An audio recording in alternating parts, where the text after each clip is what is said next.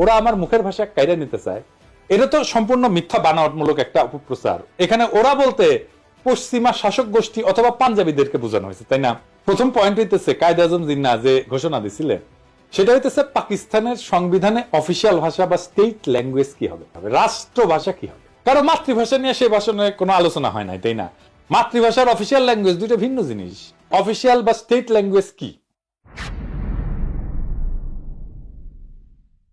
Official language হলো একটা রাষ্ট্রের সরকারি দপ্তরে, আদালতে যে নথিপত্র, কাগজ, রাষ্ট্রীয় আর্কাইভ, চিঠি লেখা আর সংরক্ষণ করা হয়, সেইটাকে রাষ্ট্রের অফিসিয়াল বা স্টেট ল্যাঙ্গুয়েজ বলে।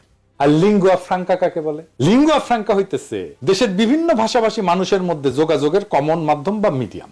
একটা দেশে বিভিন্ন ভাষার মানুষ বাস করতে পারে, যেমন ধরেন সোভিয়েত ইউনিয়ন, বহু জাতি বাস করত, Russian, Ukrainian, Georgian, Armenian, Kazakh, Tajik, Bashkir, Turkmen, Latvian, এরকম 15টা ভাষা গোষ্ঠী ছিল, বড় বড় ভাষা গোষ্ঠী। এর প্রত্যেকটা এখন আলাদা আলাদা দেশ হয়ে গেছে এবং আরো শত শত ক্ষুদ্র ভাষা গোষ্ঠীর মানুষ ছিল সোভিয়েত ইউনিয়নে। তো এদের মধ্যে লিঙ্গুয়া ফ্রাঙ্কা ছিল রাশিয়ান, আর সোভিয়েত ইউনিয়নের অফিসিয়াল ভাষাও ছিল রাশিয়ান। আসল কথা হইতেছে অফিসিয়াল ল্যাঙ্গুয়েজের সাথে নিজের মাতৃভাষা, একটা এলাকার কথ্য ভাষা বিলুপ্ত হয়ে যাওয়ার কোনো সম্পর্কই নাই, থাকতে পারে না। এটা খুব অদ্ভুত এবং স্থূল একটা দাবি, নিতান্তই হাস্যকর।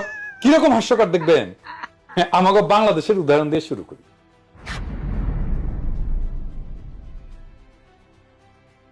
বাংলাদেশের অফিসিয়াল ভাষা হচ্ছে বাংলা, তাই না? আমরা তো সবাই জানি রাষ্ট্রভাষা বাংলা।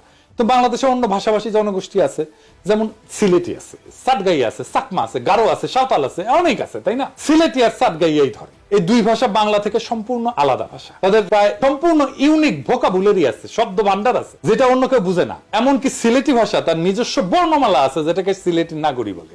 একজন সাধারণ বাংলাভাষী মানুষের পক্ষে সিলেটি বা তাটগাইয়া ভাষা বোঝা অসম্ভব, কারণ তাদের ভোকাবুলারি বা শব্দকোষ প্রায় সম্পূর্ণ ভিন্ন। কারণ ঠান্ডা মাথায় ভেবে দেখেন তো, বাংলাকে অফিসিয়াল ভাষা করার ফলে কি সিলেটি বা চিটাগাং এর মানুষ কি তাদের কথ্য ভাষা বা মাতৃভাষা ভুলে গেছে? না, যায় নাই। কেন যাবে?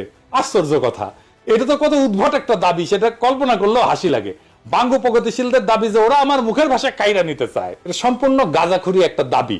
এখন যদি চিটাগাং বা সিলেটের ভাইয়েরা যদি বলে ওরা আমার মুখের ভাষা কাইরা নিতে চায়, তাহলে বাঙ্গ প্রগতিশীলরা কই যাবে?